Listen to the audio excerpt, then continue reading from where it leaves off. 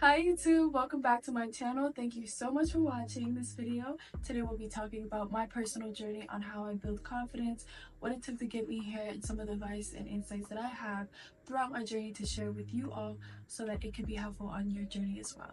If you are anything like how I was before, where I was super shy, very timid, I would stand in the corner of like an event or just any room that I was in and not talk to anyone. I was very scared to go up to people, just very meek and very timid. I think mainly because I have a lot of insecurities that I was dealing with before, but now I'm just a yapper. I can go up to anybody, talk about anything. It can be from people from different backgrounds, places, you name it, I can talk to them. So it took a long time for me to get here. It was not an overnight journey at all. I took a lot of inner healing, and it's not just external healing that I took the process to get here, but it was a lot of inner healing that I had to do and inner work that took me to where I am today. My goal is to inspire you to take actionable steps so that it can be helpful on your own journey as well. One of the biggest childhood memory that I had of me being super shy and introverted was when I first came to America back in 2008. Prior to that, my parents would always tell me how extroverted I was. I would talk to the neighbors, I would talk to strangers, and just being super outgoing. But then that all changed when I moved to America. Honestly, I think it was because of the language barrier that prevented me from communicating with people. That I think because I was adjusting to a new environment, that really pushed me in a very dark corner of not having confidence to speak up, to articulate my thoughts as clearly, and just feeling inadequate to express myself. That definitely went up until high school because I couldn't form a proper English sentence until I want to say 7th grade. I think prior to that, I was super self-conscious about speaking English and my grammar, and every time in my head, I'm like, I don't think I'm expressing myself right, or I don't think I'm getting my point across in English accurately as I would like to think I am. And I still struggle with that sometimes now too, which is crazy because I'm like, what is that word in English? And sometimes I forget my own language, and which is just, that's another story. But fast forward, in high school, I was that very quiet kid. I just stayed to myself. I didn't have a lot of friends. Simply because my parents were super strict, I didn't have the ability or the freedom to, make friends outside of school, make plans outside of school, and just being in very sheltered. And so, when you're not seeing the people that you see at school outside of school, you don't really have that deeper connection or bond as you would if you were to see them and spend time with them outside of high school. And so I just kept it to myself. I've always been so focused on what I have going on my own thing. I love being my own space. I love being my own bubble. I don't like to bother people. I don't like when people bother me.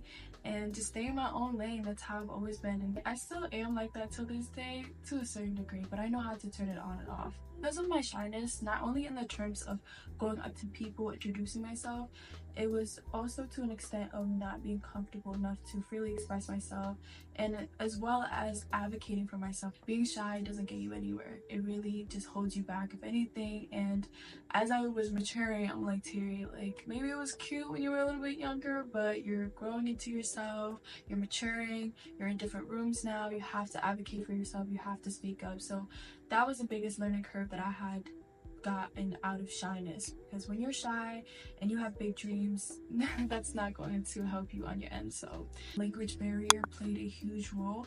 However, there are other small components that also played, and the root of my shyness was the lack of confidence I had in myself. I was unable to present myself as this very upbeat, extroverted person that was sure of who she was, simply because I didn't feel confident in what I look like, who I am. Different factors such as being a minority in a predominantly white space. Two, back then, I would get teased for being Asian. Like, what do you want me to do about that? Like, how was I supposed to control that? When you're in those spaces, you deal with a lot of stereotypes, little teasing from other kids, and that gets to your head. When you're a little girl, you're in a new environment, new country, and everyone around you don't look like you at all, and they're saying all these hurtful little teasing comments that just gets to your head, and you're like, wait, maybe like they might be true. Like, why don't I look like that? You start to question why you look the way you do, why can't you look like them? And And on top of that, I had a bowl cut, and that messed with my head. That gave me PTSD. That's why I always have long hair now. My parents used to put a little bowl over my head, cut it along the bowl, and just be like, all right, go to school. And I would have to go to school like that. I couldn't control that as a kid. Dark times for me. It wasn't until middle school where I stood up to my parents and I was like, no, you're not cutting my hair in a bowl cut anymore. I'm growing my hair out. So all throughout high school, I grew my hair out very, very long. With that being said, I had a bowl cut and I didn't necessarily have the style that I do now. I could only work with what I had, and I've always had a creative side to me, so you know, I would go thrifting before thrifting was like a big trend. Now everything was super affordable, so I would get like 50-cent t-shirts or a very cute dollar top, and if I wanted to DIY it, I would just cut fringes at the end, I would tie it up, I'll make it into the way that I would like to. I was always exploring that creative side of me, and that built character, which I'm extremely grateful for, because I feel like if everything was given to me at a very young age, I wouldn't have that creative outlet to even explore my individuality. It wasn't until after high school when I finally got my first job and getting my own money, that's when I started to really explore my style, really started buying clothes that was more aligned with my ideal higher self, and that shaped me into the stylish fashionista that I like to be. And just for fun though, I used to be around a lot of college students because of the program I used to go to, and I would be exposed to college girls they had their anklets, they had like really nice sneakers, and they'll be like, their hair is done, nails done, and I just look at them like, wow, like they're so beautiful. I wonder if I'm gonna be as beautiful as that one day, and just, you know, be like, oh, I want to have this type of fashion, I want to wear this type of clothes, and you know, I want to be this confident. I remember telling myself one day I'm going to be super extroverted and I can walk in a room and just be all smiles and confident and speak to people confidently. And it's just very touching to see that I, you know, grew myself and I poured into myself to be that today. The turning point for me was after I graduated high school. I told myself I would never ever be like my high school self ever again. I wanted to be complete opposite of that. I wanted to be a better version of myself, not because I was terrible or I was ashamed of that. It was simply because I know that deep inside my heart I could be more, and I kept that promise to myself, and I would work towards that version of myself that I promised myself to be every single day, and I still am working towards that. So it's not just an overnight thing. It's been what, I graduated high school in 2019. I'm 23 now, so you know, I made that promise to myself when I was 18. I have a long way to go, but I'm very content with myself, the fact that like I got to myself to this point and I kept that promise to myself. There were many series of events that happened that led me to make that promise to myself. I wasn't happy with the fact that I was very insecure. I was being overlooked, not having lots of friends. I felt inadequate to a lot of things. I felt like I wasn't smart enough to be on the honor rolls. I felt like I wasn't extroverted or social enough to know everybody and everything. I didn't feel talented in anything. I wasn't good with sports. When you look around you, there's people that are athletes that are super good and they're being praised for being great at those sports. And there's the really smart kids that are just super intelligent in whatever topics you bring them to, that are always getting A's. And then there are the creative and very musically talented, gifted students that are performing, overachieving in whatever performance that they're doing. So I felt like I didn't fit into any of the molds. I genuinely felt like I was an outcast. I didn't fit in energetically, emotionally with anybody. I've always been super confident in my solitude, simply because it wasn't like I had a choice majority of the time. That really did help me. That set me up for success down the run, because there's gonna be so many times in your life where you're gonna have to sit with yourself. You're gonna have to enjoy your own company. And when I was in high school feeling like an outcast, I was already prepared for the real world, because I was like, all right, I know how to be alone, I know how to enjoy my own company. And within that time, I was exploring who I was and just building myself up as an individual. So I'm very grateful for those monumental times. Without those times, I wouldn't be the woman I am today. In order to build my confidence up, I went immediately towards something that I could easily change and control, which was my appearance. And I know that your external appearance is not the only thing that's going to build you confidence, which I'll touch base later on about all the internal work that you need to do, or what I did. So after I made that initial promise to myself, I immediately went after my appearance. I was super insecure about how I looked, so I was like, you know what is something that I can change right now? And that was the way I dressed, the way I looked. And after high school, I got my first job. I saw that check, started getting a little bit of money. I said, you know what, I'm gonna go shopping, I'm gonna start dressing like how I always wanted to dress, and really just create this version of myself that I had in my head and bring it to life. Since we're on the topic of appearance, this leads me to my number one advice that I have. Investing in yourself is focus on appearance. I think this is one of the small changes that you can do to just uplift your mood. You don't have to do it for other people. My personal motto is, when you look good, you feel good, you do good. And that's always been what I live by. And although I didn't have the means to do that before, when I finally had control over my finances, my situation, and making decisions for myself, and I was living independently, I immediately went straight to that. I upgraded my wardrobe, grooming habits, and my posture specifically. Like when I'm out in public, I tend to definitely sit and walk with grace, with confidence, to show people that, you know, I'm not just slouching or anything like that. That definitely improved my feelings of being super ready for anything, any situation. That's why I like to start with something small, because not everyone has the same resources or the access to nicer wardrobe, nicer materials, or nicer designer clothes or anything like that. You don't have to start out with that. You can start out by the way you carry yourself, and that's something that I'm always big on. And when you're walking, you're standing, sit up straight, chin up. When you walk into a room, you have to really just act like you own it. Even if you don't believe it, just you gotta fake it till you make it. And that eventually manifests into me being super confident. So now every room I walk into, I don't even go on my phone. I walk in with my head held high, and you just gotta walk with grace. I think within my appearance, I've started to get better with my makeup as well. I've started to find what works for me. I love playing around with makeup. That's always been my creative outlet.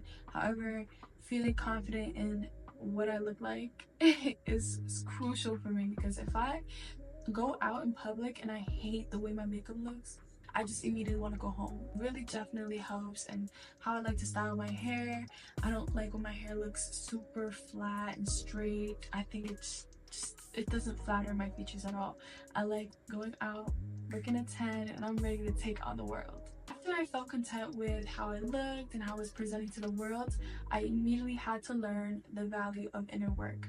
Because you can have all the nice things on your body externally, you can dress it up with glitter, gold, jewelry, nice handbags, shoes, but if you're not happy with who you are internally, just forget it. When you're hyper focused on your appearance and you don't do the inner work to fix whatever that you're dealing with internally, that never goes away ever, and that interferes with how you carry yourself.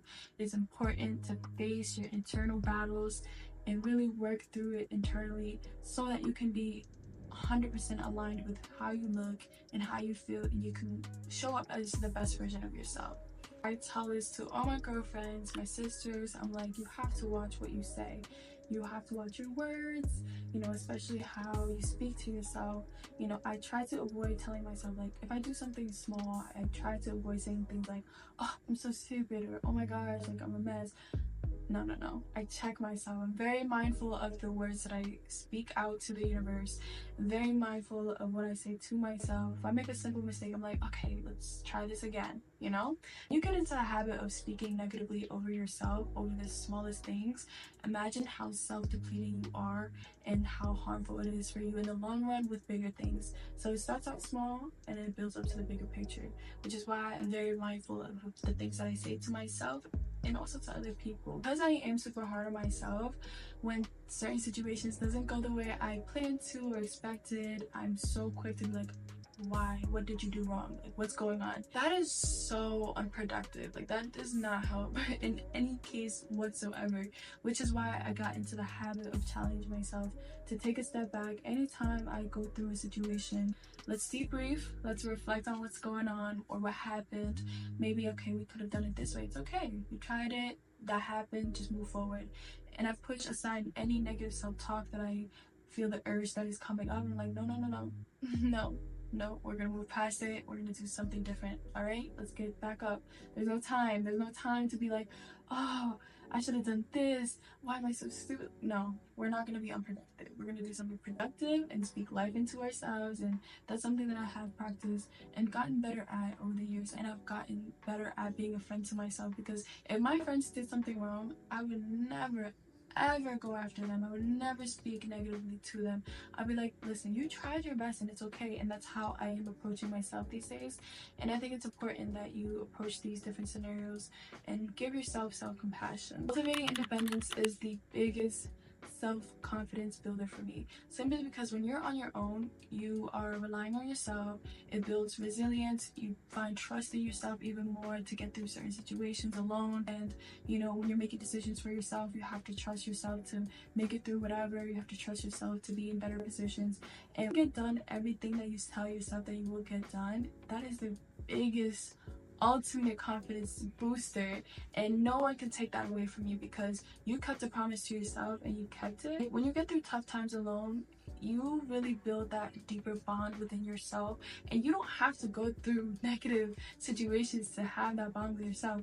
It's simply spending time with yourself, being comfortable in your own company, and really speaking to yourself. Like being comfortable in your own space is the biggest confidence booster for me personally. After I worked on my appearance, doing the inner work, and as well as building my self-confidence, I just kept practicing. I kept putting myself in uncomfortable situations, going to public spaces, events alone, and also pushing myself to introduce myself and talk to as many people as I can, putting myself behind camera. Like, it's crazy because high school me would film makeup tutorials, but I would never post them because I was always so shy. But this is just one of the things that I'm doing to fulfill my promise to myself, because when I was younger, I would film makeup tutorials in my room endlessly. I would edit them, but I never had the confidence to post them publicly. And so me being behind this camera, posting TikToks, putting myself out there, sharing my journey, is all really a promise that I'm fulfilling to my younger self. And this means way more to me than any number of followers or viewers, because this alone is already making me feel happier than anything. Shift in mindset also plays a huge role, because I stopped looking at situations in a scary outlook. Because when I'm going up to new people, or if I'm trying to introduce myself to new people, I stopped really caring about how they would think of me. It's more so like, they're just as nervous as I am. So many different scenarios and situations that I went through to really just make me not care anymore. And it's not in a lazy, messy care, but it's more so in a way of, listen, I don't care if you like me or not. I love me, and that's all that matters. I have good intent towards any situations, people that I come across, so it's not like I'm doing anything bad, you know? So every time I approach a new situation, I always approach it with good intent. And if it doesn't go the way I expect it to, as I hope for, it is what it is. Now, with my newfound confidence, I was able to really put myself out there. Like, so many different unique opportunities has been presented to me, and I was able to experience such a beautiful life simply because I was able to make that mental switch to being like, no, I refuse to be the old me. I refuse to stay the same. I need to be a better version of myself. I always hoped to be confident. I always wanted to be confident. And now, like, I have so many beautiful memories that I cherish and that I value, and the opportunities that has been presented to me simply because I made that switch. I'm still introverted to a certain degree. I like to take time to myself, to recharge. I need that time. If anything, it's non-negotiable. But I know when to switch it up. I know how to socialize. I know when to be an extrovert. I know when to put myself out there. So it's really just about balance. I hope my experience has been helpful for you. I just want to say that confidence is a skill that can be developed with practice. Don't give up. I want to be honest with you, and I will keep it real. For the first, let's just say 5, 6, 7, 8 times of you trying to put yourself out there practicing, it's probably going to fail because I failed, you know. And many people that have struggled with confidence, they definitely failed at some point in their journey, and I don't want that to discourage anyone from continuing forward, pushing through to get to that end goal, because at the end of the day, you're trying to become the best version of yourself, and that's all that matters. Stepping out of your comfort zone is crucial. There's no way that you can grow in your own comfort zone. So I highly encourage anyone that is watching to at least challenge yourself to step out of your comfort zone, so that way you can grow and see yourself in a new light. Reflecting on my journey, I'm super emotional and grateful at the fact that like I am manifested myself into who I am today, and I hope that this is inspiring for many young girls that is watching. And even if you are older and you decided to make that switch and take that step forward, that speaks a lot about who you are and that you have the power to change what you want to improve on, you know. And it takes time, it takes practice, it takes strong self-belief, and when you trust yourself, you can do anything.